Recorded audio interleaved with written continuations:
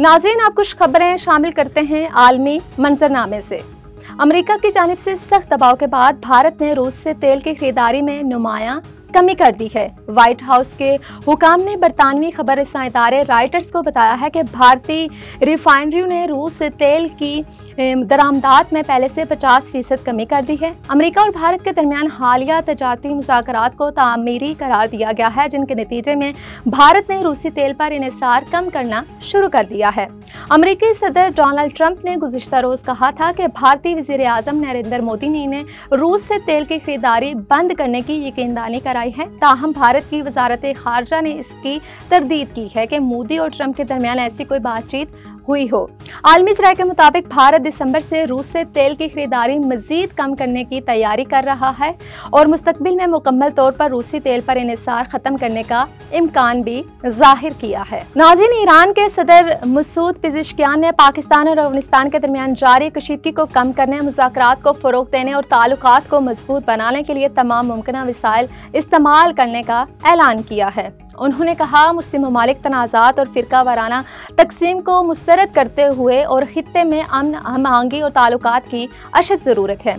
ईरानी सदर ने वाज़ेह किया है कि पाक अफ़गान झड़पों से खित्ते में तशवीश पैदा हुई है और दोनों ममालिक के दरमियान मुश्तरका सकाफ़त और अकीदे के गहरे रिश्ते हैं। उन्होंने उम्मीद जाहिर की है कि हुकूमती सतह पर इख्तिलाफ़ात हिकमत और ताबीर से हल किए जाएंगे, ताहम मुस्लिम कौमें अमन, इंसाफ और तरक्की के रास्ते पर गामजन हैं। चीन ने फालिज ज़दा मरीज को चलने फिरने के काबिल बना दिया। ये पेशरफ्त दुनिया का पहला कामयाब केस है जहां रीढ़ की हड्डी की इंट्राफेस टेक्नोलॉजी ने शदीद फालिज के शिकार मरीज में अपनी मर्जी से हरकत करने की सलाहियत बहाल की है।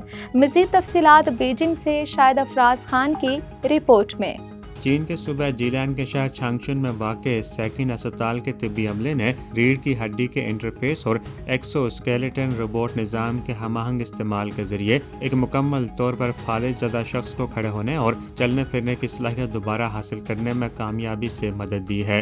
अस्पताल हुक्काम के मुताबिक यह पेशरफ्त दुनिया का पहला कामयाब केस है जहाँ स्पाइनल इंटरफेस टेक्नोलॉजी ने शदीद फालिज के शिकार मरीज में अपनी मर्जी से हरकत करने की सलाहियत बहाल की है। शदीद फालिज के मरीजों में अपनी मर्जी से हरकत बहाल करना तवील अरसे से एक आलमी तिब्बी चैलेंज रहा है। चीनी तबी माहिरीन ने स्पाइनल इंटरफेस टेक्नोलॉजी को बराह रास्त मरीज की रीढ़ की हड्डी के जख्मी हिस्से पर लगाया। अगरचे इस हवाले से कुछ इब्तदाई तहकीक की गई थी, लेकिन यह पहला मौका था जब तबी माहिरीन ने इसे इतनी पेचीदा सर्जरी में इस्तेमाल किया। इस टेक्नोलॉजी में जख्मी मुकाम पर छोटे माइक्रो इलेक्ट्रोड लगाकर आज़ा की हरकत के जिम्मेदार आसाबी खलियों को तहरीक देना और रेगुलेट करना शामिल है। चीन की पॉलिसी साजी में सेहत आमा का तहफ़्फ़ुज़ हमेशा एक नुमायां तरजीह रही है, जिससे मुआशी समाजी समरात का हुसूल मुमकिन हुआ है और एक पायदार और सेहतमंद समाज को आगे बढ़ाने में भी नुमायां मदद मिली है। Shahid Afraz Khan, A1 TV, Beijing.